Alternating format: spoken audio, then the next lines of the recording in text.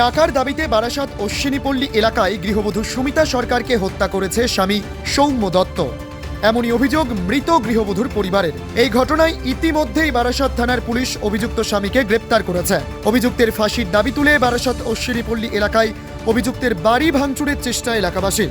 তাদের দাবি, মেয়েটিকে শুধুমাত্র তার স্বামী নয়, সমগ্র পরিবার মিলে এই ঘটনা ঘটিয়েছে। পরিবারের সকল সদস্যের গ্রেপ্তার ও অভিযুক্ত স্বামীর ফাঁসির দাবিতে তারা সরব হন। পাশাপাশি প্রতিবাদ মিছিল করে এলাকাবাসী।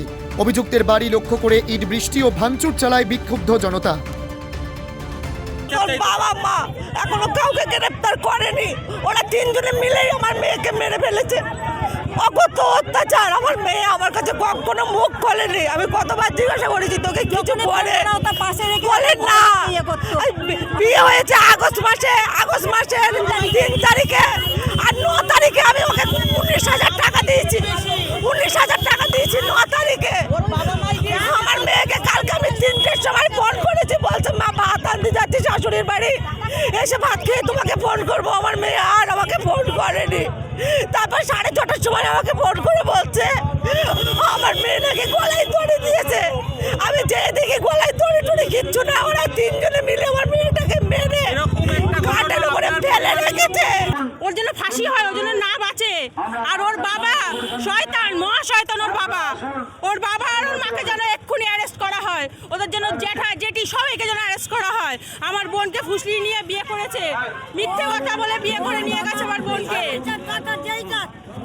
ওর বাবা মা জ্যাঠা জেঠি এক্ষুনি যেন ওদের লকআপে নেওয়া হয়। আমরা কিছু জানি না, আমরা বিচার চাই। মেয়েটাকে নৃশংসভাবে হত্যা করা হয়েছে। ওর বর মেরেছে, ওর শ্বশুর শাশুড়ি মেরেছে, তার জন্য আমরা বিচার চাই। প্রশাসন কোনো সাহায্য করছে না আমাদের, যেহেতু ওর বাবা পুলিশ অফিসার, তার জন্য আমাদের কোনো সাহায্য করছে না। আমরা বাবা মাকে কেন ধরা হচ্ছে না? বাবা পুলিশের চাকরি করে বলে কেন বাবাকে ধরা হচ্ছে না? একটা পুলিশের চাকরি সে যদি খুন করে তাহলে ছেড়ে দেবে?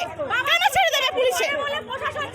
এইসব শাস্তি পাচ্ছে না বলে তো আজকে ঘরে এইসব হচ্ছে। ঘরে হচ্ছে রেপ কেস, ঘরে হচ্ছে। কেন হবে এসব? কেন হবে? কেন সরকার এটা কিছু ব্যবস্থা করছে না? আমাদের পাড়ায় এইটা আমাদের বাড়ি, এইটা ওরা নতুন বাড়ি কিনে আমাদের পাড়ায় ঢুকেছে, ঠিক আছে? তাহলে মেয়েটা বিয়ে করে 16 তারিখে 10,000 টাকা নিয়ে এসছে, আরও 5 লাখ টাকা। 5 লাখ টাকা দেয়নি বলে তার জন্য কি মেয়েটাকে এইভাবে মেরে ফেলবে বাবা?